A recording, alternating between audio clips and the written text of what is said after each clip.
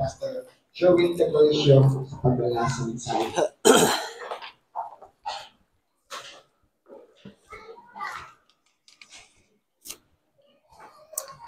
Okay, salamat Brother Bon. Good morning sa tanan. Welcome sa Matag-Usa. O salamat sa inyong presensya. Salamat sa nindot kayong mensahe sa awit mga igsunan. But let us pray. Balaan o gamhanan nga Dios Ginoo tinuod nga kun moagi kami mga pagsulay naa kami Dios nga kadangpan. Moagi kami og bagyo og unos kinabuhi na kami Kristo nga kanunay nag-provide naghatag namog kusog niini. Busa itugot nga pinaagi niining mensahe makadugang kiniamahan og kadasig, makadugang kiniamahan og pagpanabot may tungod sa katuyuan gyud sa among paglungtad. Itugot nga pinaagi usab niini masinangkapan ang among hunahuna sa giya og sa giya og tabang sa balaang espiritu. Kining tanan amo kining kinatugyan ug pasalamatan pinaagi lamang kang Kristo nga among Dios ug manluluwas. Amen o amen. Balik ta sa paglingkod mga kaigsunan. By the way, this coming Saturday natay men's fellowship dito sa kining mainit og sa tanan nga mga men's. Please kung naamoy bakantiya na atong hatagan na og bakanting atong mga puluhaton. Sana siya sa pagpalikon sa atong kinabuhi ba isip mga lalaki diya sa iglesia. And then natay mag-andam lang ta og 100 pesos para sa katong na-admit atong last nga mga adlaw si Sister Joy katong member sa kining hospitalization assistant mga kaigsunan. Proverbs chapter 19 verse number 21. There are many devices in man's heart. Tinuod ni mga kaigsunan. Daghantag tinguha sa atong kinabuhi. Daghantag pangandoy sa atong kasing-kasing. Daghantag gusto nga makabot. Isang kadtong mga butang imposible na makabot, gusto ginatong kabuton. Tungod kay diha sa kasing-kasing mga kaigsunan, daghan ang gusto ani. Pero matod pa sa pulong sa Ginoo, nevertheless, the counsel of the Lord that shall stand. Daghang kag plano sa imong kinabuhi, daghang kag gusto, apan ang katuyuan sa Dios ug ang iyang purpose sa imong kinabuhi mao gyud ang mulungtad. Mao ang matuman kaysa imong gusto. Atong gusto di ta gusto pagsulay. Atong gusto kinang magkinabuhi ta nga walay kagulanan. Ang atong gusto magkinabuhi ta og usa ka kinabuhi nga murag easy life lang gyud. Ang gusto sa Ginoo nga muabot sa point nga muhamtong ta og dili ta muhamtong mga kaigsunan sa kahayahay. Mahimutang muhamtong pinagi sa kalisod. Hinungdan mga kaigsunan, ang kinabuhi mura na siya og liso na ako'y picture din yung mga kaigsunan. By the way, God can use you. Gamiton ka sa Ginoo. But kining munggos mga kaigsunan, kung imong tan-awon gamay ra kayo na siya nga munggos. Pero ang usa ka liso mga kaigsunan, mo himo na siya og daghan nga liso. Sa unsang paagi? Sa panahon nga imo siyang itanom. Kung ako ning ibutang ang munggos mga kaigsunan sa usa ka baso nga tubig, mutubo siya dili. Tubo dili. Tubo. Bisag way yuta mutubo na. Di bito nato gikuha ang gitawag natong tawgi. Pero kung diha lang siya sa baso mga kaigsunan, ang pangutana mamunga ka siya. Of course dili. Tungod kay ang munggos mga kaigsunan, ang liso, dili lang kay tubig ang iyang gikinahanglan. Kundili yuta pud. Og dili lang kayuta ang iyang gikinahanglan mga kaigsunan, kundili ang adlaw pod. Og dili pod ang adlaw lang ang iyang gikinahanglan, kundili ang muatiman aning liso. Tungod kay ang matagliso mga kaigsunan, naa na siya environment na dapat dito siya itanom. Abi ninyo mga kaigsunan, gakawala ang purpose sa Ginoo sa atong kinabuhi, and that is because of sin. Nawala ang nindot kayo nga disenyo sa Dios sa kinabuhi sa tao ba? Tungod na sa sala. Yes, tinuod mga kaigsunan, mabito na nga sa panahon nga ang tao nakasala. Dili pwede nga mamilok lang ang Ginoo sa sala sa tao. Mo na hinungdan mga kaigsunan nga ang Dios kinahanglan gyud nga iyang ipahamutan ang iyang kastigo sa Kristohanon kung makasala tungod kay kung ang Kristohanon magpakasala og mohimog sala human siya nakaangkon sa kaluwasan, mawala ang original niya nga disenyo unsa ang katuyuan sa imong paglungtad. Hebrews chapter 11 verse number 25, matud pa ni Moises, choosing rather to suffer affliction with the people of God than to enjoy the pleasures of sin for a season. Sa to pagkining sala, naka-enjoy gud kaaning sala. Mo nga daghan kayo sa mga batan-on nga gusto ma-enjoy because matud pa sa pulong sa Ginoo. Yes, gaka-enjoy ta sa sin pero matud pa for a season lang. Dili dahil mulungtad ang enjoyment sa sala. Mo na hinungdan mga kaigsunan ba nga kung ang tao di gyud siya mabuhi kung wala ang Dios. Kay ang atong environment mga kaigsunan naa sa Dios. Pag ingon sa Ginoo nga akong himuon ang tao, it means nga ang tao mga kaigsunan nakadepende na kung unsa ang plano sa Dios sa atong kinabuhi. Pero nganong dili nagakahitabo mga kaigsunan tungod kay ga-enjoy ta sa sin. Karon pista ron, mga Kristohanon, tuwa dito tingali sa diskuhan. Tuwa tingali dito sa gitawag concert. Tuwa tingali dito sa kapistahan. Ako nang giwarningan ang ako mga igsoon kay sa Kleber, Lunisman. Unya mo adto ba ang mga artista mga kaigsunan? Pasalamat ko kay wala ko na appeal sa kining na-appeal ko sa gitawag na to kadang magwarn sa mga artista ba. Way back 2019 man tingali ito. Kami mga STF ba, Special Task Force sa Kleber. Kami gipapabantay nilang Andrew eh.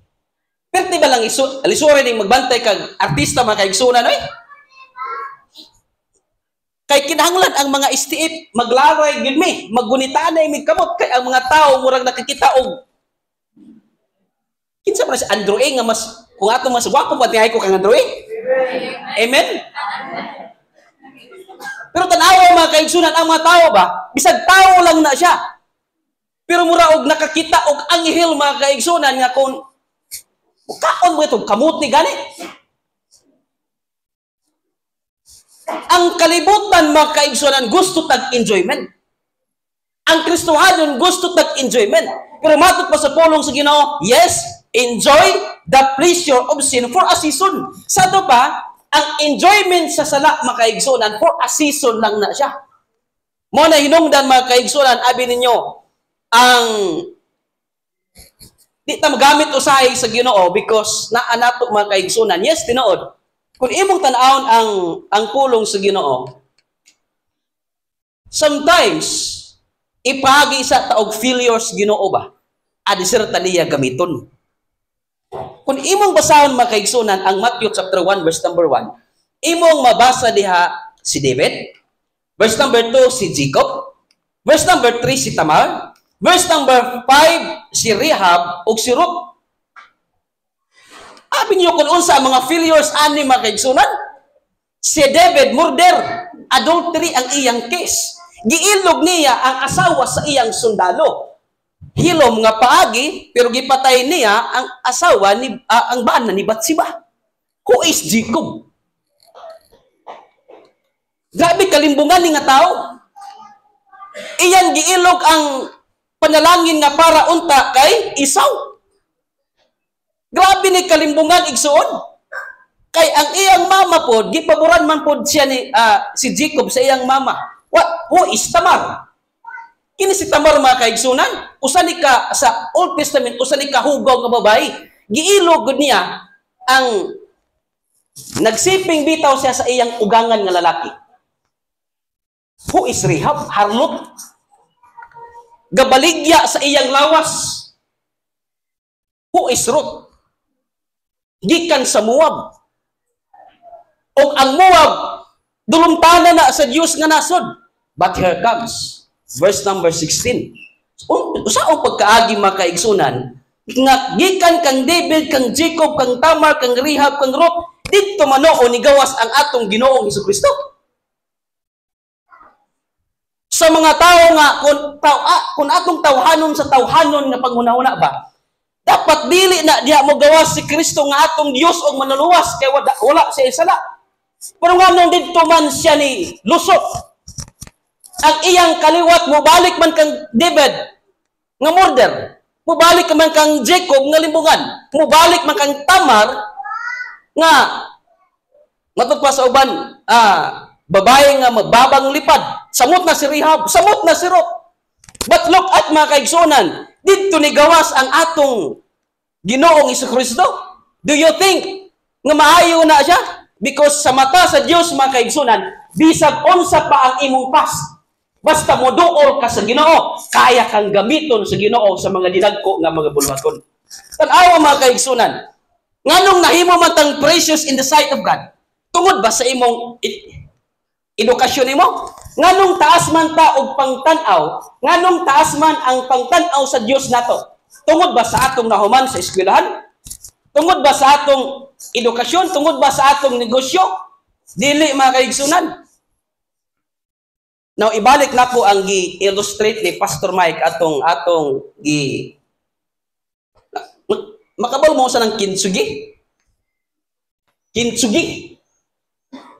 Usa na siya ka Japanese art. Kadtong bitong pat nga mabuak. Nakakuha sila og idea ang Japanese art. Unsaon nila nga kadtong naguba nga pat ilang ibalik og sa panahon nga mabalik siya sa iyang porma, mas mahal pa siya kantidad kaysa kadtong wala siya nabuak. You know why? Tungod kay kadtong glow nga gipapikit kaning nabuak ba, gisagulan nila og powder na gold. Mao na ang kintsugi. Kadtong glow nga ilang gigamit, mauni ang nakapamahal aning gitawag natong pat nga nabuak. Nga bisag og ibalik mga kaigsunan, mas mahal pa siyang kantidad kaysa kadtong wala siya nabuak. Mauna ang kintsugi. Unsa ang nakapamahala ni? Ang pat? Dili. Gibutangan ng ugol. Iuna na atong kinabuhi mga kaigsunan. Abi nato nga ang sala, mauna ang makapasikat nato. Pero ang sala, mauna ang mupa ubos nato. Kini bitaw ang pastor nga makasala, bisag unsa gana sa wali, di gud mo dulot sa kasing-kasing sa tao. Di ba? Na ay usa ka pastor nga maayo kay wali gyud. Makabanhaw og patay. Uy, usaon pa nang duha man asawa. Abi ninyo mga kaigsunan, kining sala makapaubos dig value sa tao. Muna kita na ni kamot gyud nga maglikay ta na ba kay bisan unsa ka kabray tuod nga tao kung naani mo ang usa sa kinaiya nga dulumtanan sa Ginoo maubos gyud ang paglantaw sa Dios nimo. Ang kintsugi mga kaigsunan, ang nakadindot ani tungod kay ang butang nga gidugang ani mga kaigsunan, usa ka butang nga bililhon kay. Abi ninyo mga kaigsunan, unsa ang nakapabililhon sa tao? Dili ang sin, dili ang kahilayan. Unsa man ang hinungdan nganong kun mo tan-aw ang amahan sa tuwa, atuwa ba? Usa ka tan-aw mga kaigsunan nga malipay siya. Romans chapter 4 verse number 22. Ang hinungdan nganong precious ka in the sight of God. Because sa panahon nga nituo ka kay Kristo, ang righteousness ni Christ gibutang niya nimo. Maunay nakapa-precious na to. Dili ang atong kaugalingon nga righteousness. Di ta magsalig sa atong righteousness nga pinaagi sa akong pagkamayo mo adto kog langit, gani kabot sa imong silingan. Mo adto ba nakaglangit ang imong pagkamayo? Di gani kabot ang pagkamayo sa Pikas Barrio. Kay ang Pikas Barrio moingon man kada mga baptist tanawa tuan nagsayo-sayo na dito. Righteousness pa ka mo abot sa langit. But look, kung ang kintsugi mga kaigsunan ang nakapamahal aning pat kining gold ang nakapamahal sa tua tungod kay Kristo. Wala nga kung tan-awon mga kaigsunan, and therefore it was imputed to him for righteousness. Kanang butangan ka usa ka precious gold ba? Kanang bito mga tao nga naay gold dinhi, nga mga singsing ba? Naay mga tao mga kaigsunan nga kung maglisod, iprinda lang ang singsing. Kita in taon maglisod, biyaw gi ba prinda? Kay naa sa ilang kamot ang naghatag nilag kinabuhi. Wa kay kwarta, adto lang sa Palawan, prinda lang dito. Wa kay bugas, kuhaon lang ang naa din sa liog nga gold, iprinda dito. Awa mga kaigsunan. Verse number 23. Now, it was not written for his sake alone. Nagiskot ni kang Abraham. Dili lang ni kay kang Abraham. Ang righteousness, dili lang kay kutob nga kang Abraham lang. Pero magot pa, that it was imputed to him. But look at mga kaigsunan. Verse number 24. But for us also. Wow. Wala na kanindot mga kaigsunan. Kay sobra pa ta sa kintsugi. Kay kung muadto ka mga kaigsunan sa kalibutan, ang sikat nila, abi noon sa katong mga taas kayog eskwelahan. Ang pagrespeto sa kalibutan sa tao mga kaigsunan, gidepende na nila sa imong naabot. Kung high school graduate lang gani ka, di nakausahay mapansin. Kung college graduate lang gani ka nga muraog, naara ka sa gitawag nato, ubos-ubos ang imong grado, parehas na ko. Di intawon ka madawat sa trabaho. 18 katuig nga ineskwelahay. O hindi madawat sa trabaho, ay ang pleasing personality. Wala man nag-eskwelahan. Eskwela, mabo para mahimo mong pleasing personality? Wala. Ni-appeal in taon sa qualification ang wala gi-eskwelahan. Siya pagkadawat mga kaigsunan. Ana ang kalibutan. Ang bilis sa kalibutan kung ilang makitaan nga unsa ang imong naabot sa imong kinabuhi. Apan ang bililhon sa Dios mga kaigsunan, ang pangtanaw sa amahan ba? Kung iyang tanawon si Bon, ang iyang nakita si Kristo. Why? Because matod pa, but for us also, to whom it shall be imputed if we, what? Believe. Dili infant baptism. Kay ang, well, karon mga kaigsunan, social naman. Kay, oras na? Oh, hapit na alas 12. Kaya na ako'y barkada ba? Dali naman ni mo man. RC, grabe kay ka dogmatic sa RC. Kanang gigamitan ko niya verse kabilang Acts chapter 2 verse number 38. Repent and be baptized, every one of you, in the name of Jesus for the remission of sin. Aroy, kay ang version nga ilang gigamit Bisaya man, haom nila. Ang word nga for, gitranslate na og alang. Ayay, hapit ko mapildiya to. Kay ang word nga for sa Greek, ayos ba na pagbasa ko sa is, it means nga, because of, dili kay in order to. Karon kay, repent, matod pa niya, awawin, no? Repent, kinsa man ang mag-repent, kadtong mga dagko na. Kadtong i-baptize, matod pa niya, kadtong mga bata pa. For the remission of sin. Alang. Oy, kay sa Greek word mga kaigsunan kay isman, because of na siya. Ako dahil gihatagan example, Brad, amigo man kita. Kanang word nga, kanang bitawng sentence nga, Barnabas arrested for stealing. Unsa man ang for? Si Barnabas gi-aresto alang sa pagpangawat o gi-aresto tungod kay nangawat? Madod pa niya. Tungod yun. Kay nangawat naman, gi-aresto na gani. Oh, mauna gihapon sa Acts chapter 2 verse number 38. Ang gibautismuan nagrepent o kadtong gibautismuan dili tungod kay para nga makuha ang ilang sala, kundi tungod kay napasaylo na ang ilang mga sala. Og abi ninyo mga kaigsunan, mauna ang kinabuhi nato igsuon. Dili ta magamit usahay sa Ginoo, that is because atong kinabuhi. Ang atong environment naa sa Dios mga kaigsunan. Yes, tinuod, mapakyas man ta. Tanan-tana ay mga failures. Pero kung gamiton ka sa Ginoo sa iyang buluhaton, dad-on ka sa usa ka dapit nga didto ka magamit. Di ka dad-on didto sa usa ka pastor Viles nga moingon nga di na ka maguslan dinhi. I-connecta ka sa Ginoo sa usa ka dapit ug usa ka tawo nga moingon nimo magamit ka sa buluhaton. Ingon ana ang liso.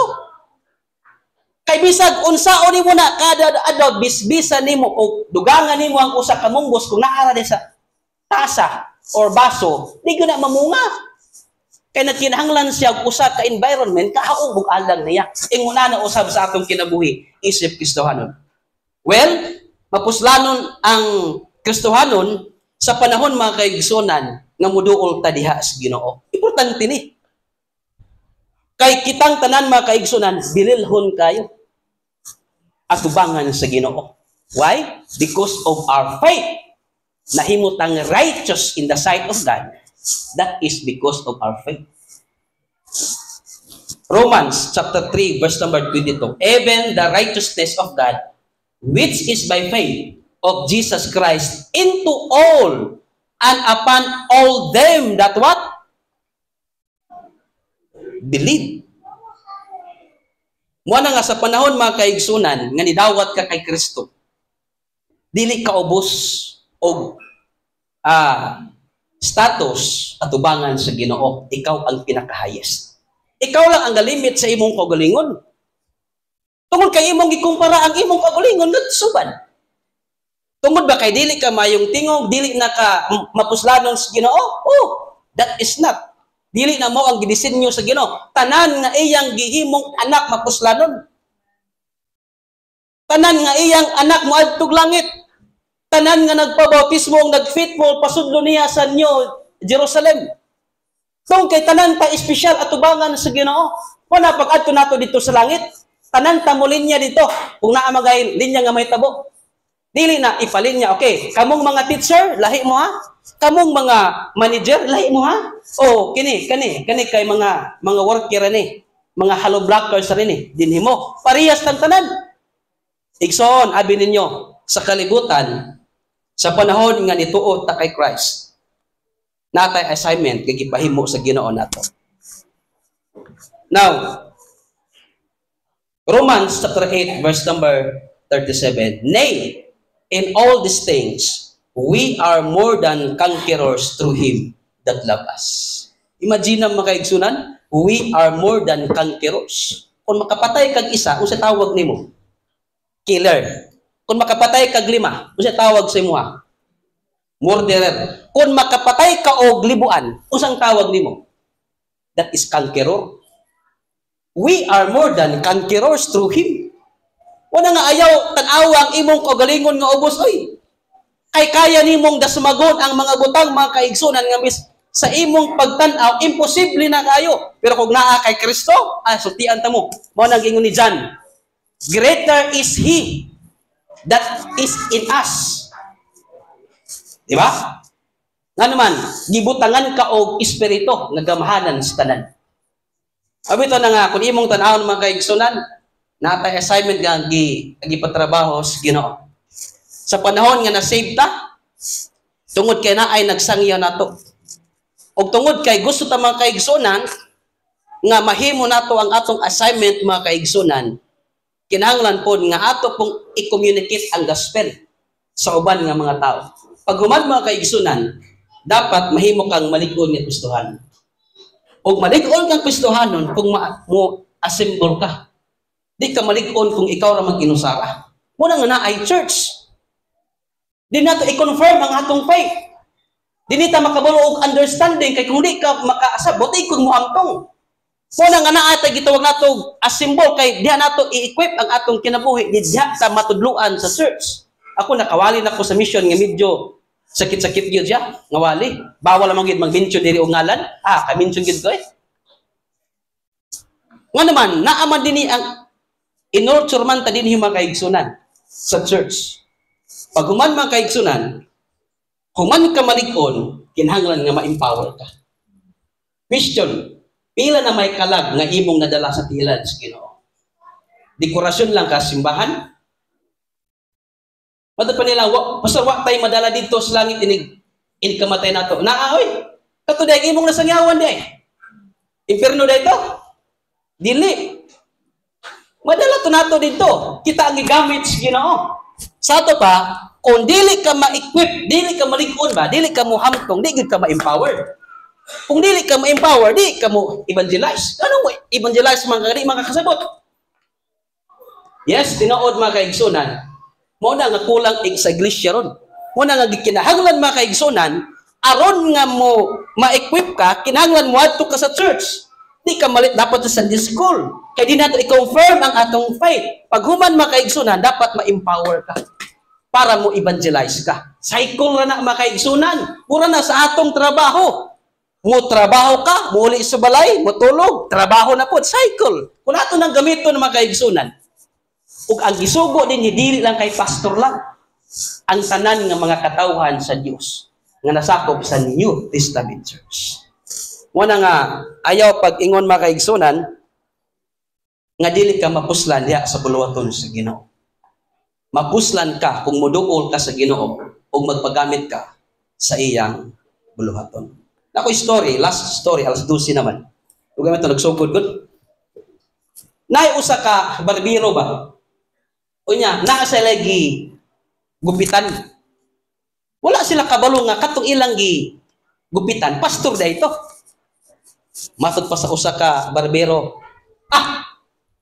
Grabe ning simbahan sa Baptist. Ang tithes ihatag yun. Dapat, ang tithes, kita lang ang magbuot kung unsa ang atong ihatag ba nato dili. Matod pa po sa nakadungog sa iyang tapad, bitaw, no? Mo gani nga, na ako karon sa usa ka sikta nga, di gud kabutan. Ganahan ko ani kay di gud kabutan. Kung unsa ang naa sa imong kasing-kasing, maog yun ang dapat nimong ihatag. Ganahan ko ani, matod pa sa usa, bitaw, no? Ini mga Baptist, grabe gid kay. Pag human og topi sa pastor mga kaigsunan, kuot siya siyang bulsa. Ihatagan niya ang nagupit siya 5 pesos. Atod pa sa barbero, 5 pesos na malagyan eh. 50 man namang kuhan. Matapos pastor, sumala sa akong gusto. Matod pa sa barbero, pastor man na ito, no? Kaya kung sumala ra sa imong gusto, pwedeng hatagan ra kag 5 nga ang imong bayad 50 man dapat. Kaya dili pwede nga sumala sa imong gusto. Kung naay standard ang Ginoo ihatag na. Siya mo na. Igsoon, abi ninyo, dagan ang magkristohanon nga nahimot ang kristohanon pero kita gyapon ang gabuot sa atong kinabuhi. Kita gabuot kung musibat tag dili. Kita gabuot kung ampo tag dili. Kita gabuot sa atong kinabuhi. Mo na nga ang kristohanon mga kaigsunan, di ta makatagamtam og tinuod nga paglikon sa atong kinabuhi. Tungod kay kitay gabuot kung unsa ang ato rang gusto. Kung ang Ginoo pud may magbuot mga kaigsunan nga karon nga adlaw, dili niya ta hatagan og hangin tibuok kalibutan. Sunod Domingo wa na ta dinhi. Pero ang Dios mga kaigsunan may gugmaon kayo sa atong kinabuhi. Gihatagan kag trabaho, gihatagan kag maayong lawas, gihatagan kag lain nga tuig para ang nabilin nga tuig sa imong kinabuhi magamit alang sa iyang purpose o alang sa iyang kahimayaan. Ang paglungtad nato niining kalibutan dili para tingali nga mag-enjoy ta, kundi mag-enjoy ang Dios nga naghimo nato tungod kay gidisenyo ta niya from eternity. Muna nga ang tao mga kaigsunan, kinahanglan mohimo ta sa atong part alang sa pagpalig-on sa iglesia gitukod sa atong Ginoong Hesus. Manindog ta mga kaigsunan. Let us pray. Amahan nga langit nun, Dios nga labing kamahanan. Salamat Ginoo niining adlaw, salamat Ginoo sa matahom nga mensahe gikan sa imong pulong. Yes, tinuod amahan. Usahay kami mahimo lang Ginoo nga ma-discourage usahay sa among mga pag-alagad tungod kay naa may mga tinguha sa among kasing-kasing nga usahay makaingon mi nga Lord nganong wala nimo ihatag. Pero ang sangputanan sa tanan, ang imong pagbuot lang yun mao ang matuman sa among kinabuhi. Busay tugot nga kung magamit man kami alang Ginoo sa imong buluhaton, kinahanglan aduna kami likayan nga mga butang, labi na ang mga buhat amahan nga nahimo Ginoo nga dili maayo sa imong pagtan-aw. Himua ang among kinabuhi nga magamit pinagi sa pag himo namo sa mga bulhoton nga makapalipay sa imong tubangan og dili mi magsalig sa among kaugalingon nga abilidad kundi magsalig mi sa gahom sa among Ginoong Hesukristo. Dalaygon ka sa may katapusan. In Jesus' name we pray. Amen. Amen. Balik ka sa paglingkod mga kaigsunan. Mayong buntag sa tanan. Ako ngatag kang Brother Bon. Thank you, Pastor. Nablas ba matag-usap? Biligan, kung galang sa Diyos, pinagi sa pag